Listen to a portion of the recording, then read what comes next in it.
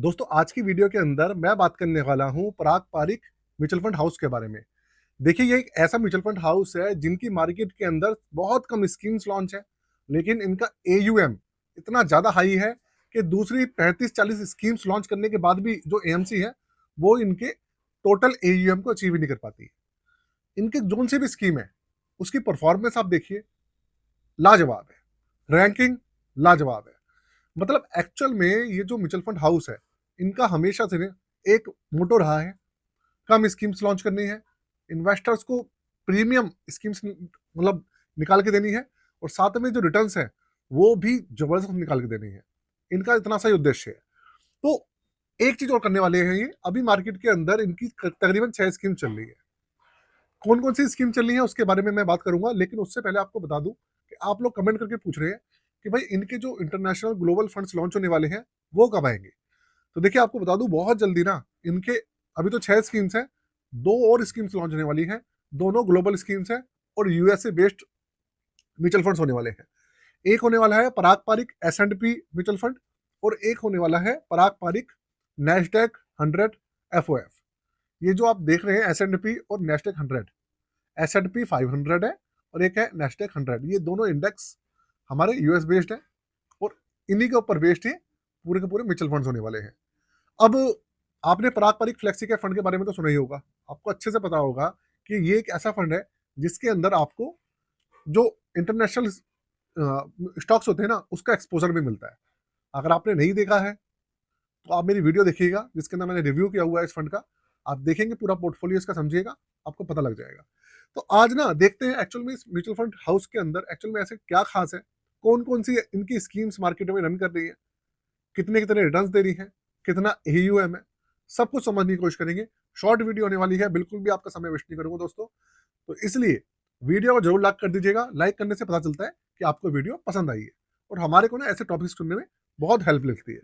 साथ में वीडियो को लाइक करने के बाद चैनल को सब्सक्राइब कर लीजिएगा और भैया बेल के आइकन को जरूर दबा दीजिएगा।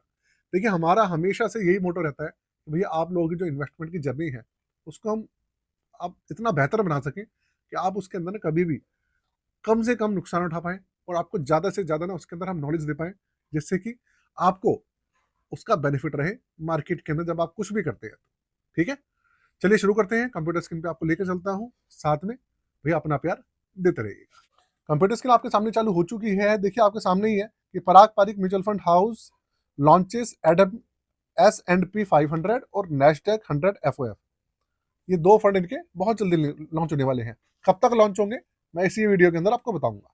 लेकिन हम हमारी जो वीडियो है वो है इसकी सारी स्कीम्स के ऊपर, कि एक्चुअल में जो स्कीम्स है कितने रिटर्न्स दे रही हैं, कब से रन कर रही हैं, कितनी पुरानी है, ये समझने की कोशिश करते हैं और क्या इनके अंदर खासियत है।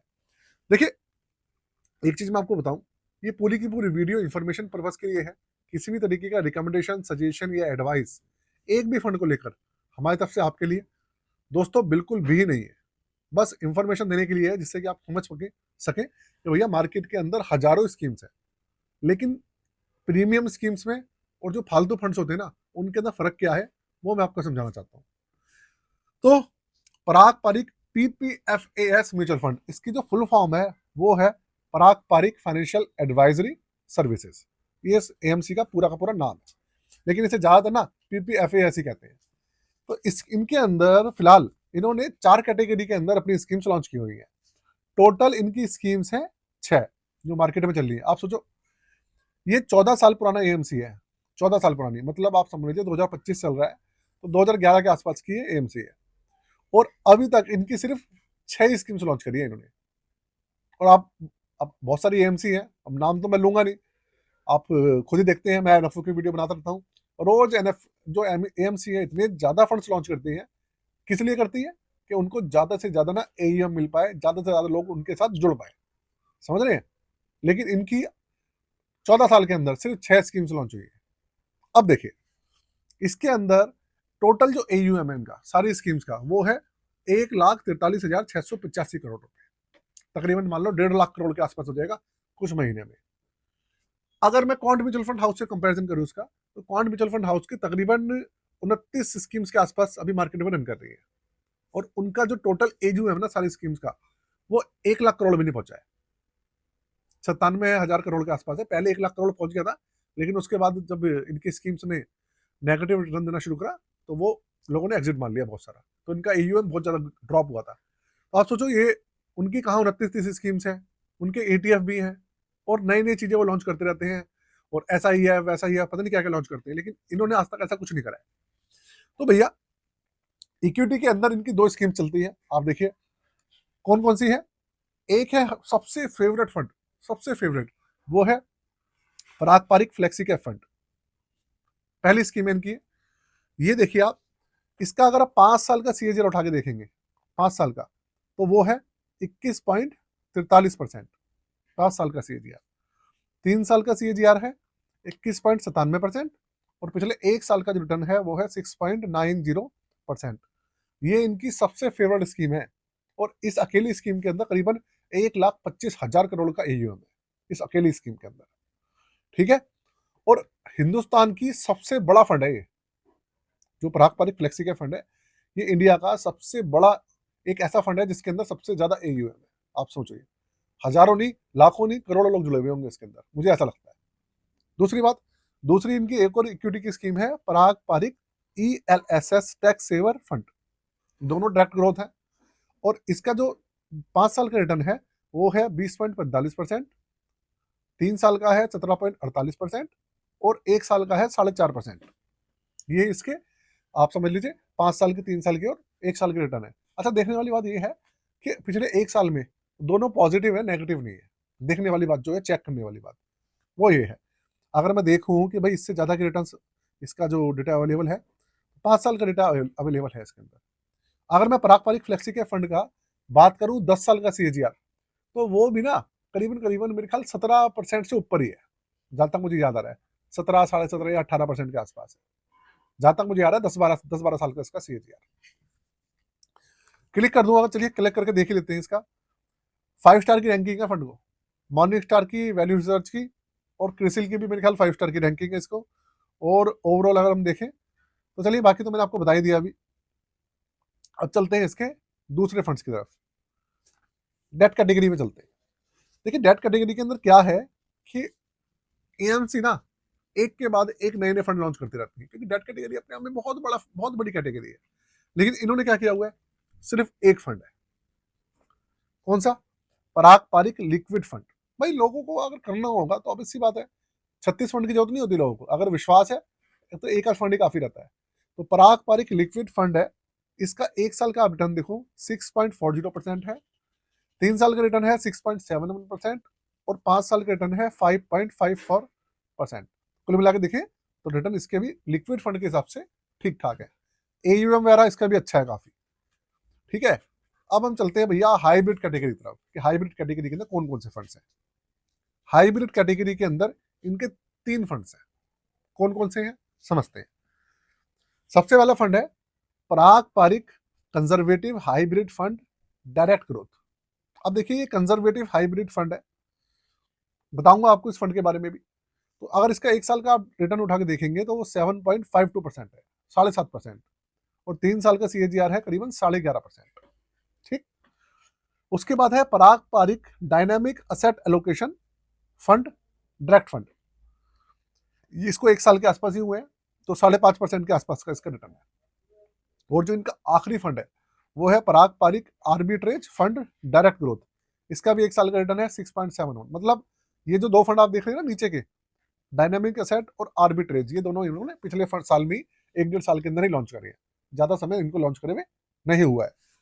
तो अगर आप देखेंगे तो कहने का मतलब ये है कि ये जो कंजर्वेटिव हाइब्रिड फंड है, देखिए कंजर्वेटिव हाइब्रिड फंड जो होता है ना, उसका मतलब ये हो जाता है कि भैया जो हाइब्रिड कैटेगरी होती है उसके अंदर 3 सब कैटेगरी होती है।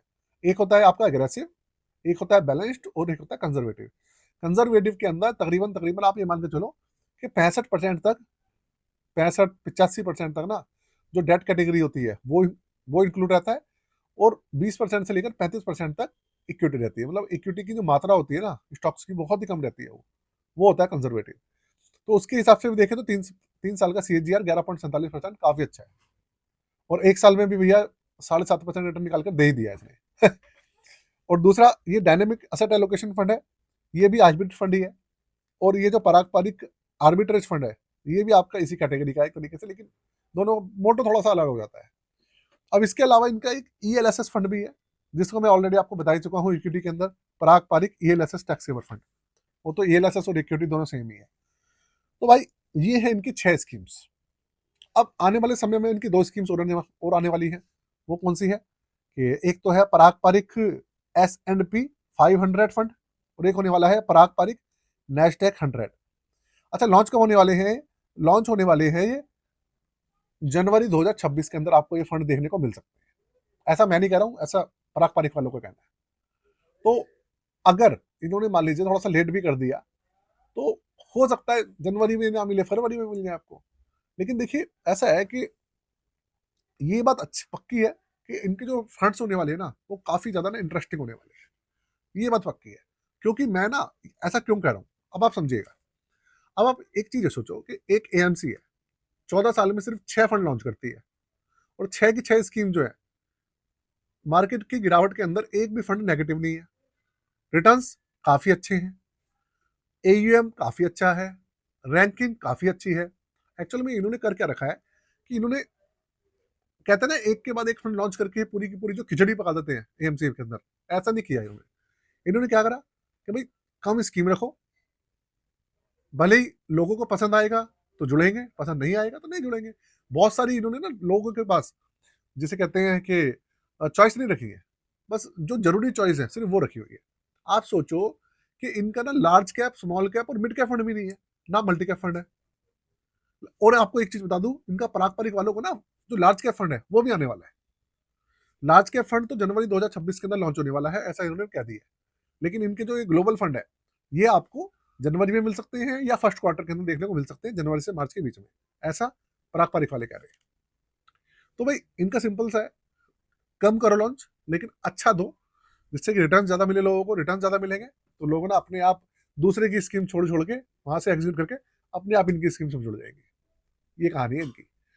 तो दोस्तों, छोटा सा आपके एक इनिशिएटिव लिया था मैंने कि आपको कुछ नया बता पाऊँ एक एएमसी के बारे में। किसी भी तरीके की पेड प्रमोशन वाली वीडियो नहीं है ये, ना ही भी हम पारंपरिक वालों की तरफ से हमारे कोई प्रमोशन के लिए उन्होंने कहा है, ऐसा बिल्कुल भी नहीं है। प्रॉपर जेन्युइन रिव्यू दे रहा हूँ मैं आपको ये। और ये मैं पिछले, जब से मैं रिव्यू कर रहा हूँ, जब से मैं स्टॉक मार्केट के अंदर हूँ, तब से मैं पारंपरिक वालों को ना देखता हुआ आ रहा हूँ कि भाई किस तरीके से काम करते हैं। तो चलिए आज की वीडियो को यही खत्म करते हैं। वीडियो अच्छी लगी हो तो यार लाइक कर दीजिएगा, चैनल को सब्सक्राइब करके जाइएगा। और अगर आप अपना पोर्टफोलियो, 2026 आने वाला है, अगर आप अपना पोर्टफोलियो बनवाना चाहें, क्रिएशन करवाना है, आपको रिव्यू करवाना है, चेक करवाना है अपना पोर्टफोलियो, भाई चेकिंग करवाते रहना चाहिए। ये तो है नहीं कि कोई बुराई है, आपको ही फायदा होना है, उससे रिटर्न ज्यादा मिलने हैं। अगर अच्छी स्कीम्स आपके पास रहेंगी तो आपको रिटर्न बेहतर मिलेंगे, तो आप करवा सकते हैं। चार्जेस वगैरह सब कुछ डिस्क्रिप्शन, वीडियो की डिस्क्रिप्शन में मेंशन है, व्हाट्सअप नंबर है, उस पर जो जाकर आप अपनी जो रिक्वेस्ट है डाल सकते हैं। आज के लिए जय हिंद, वंदे मातरम।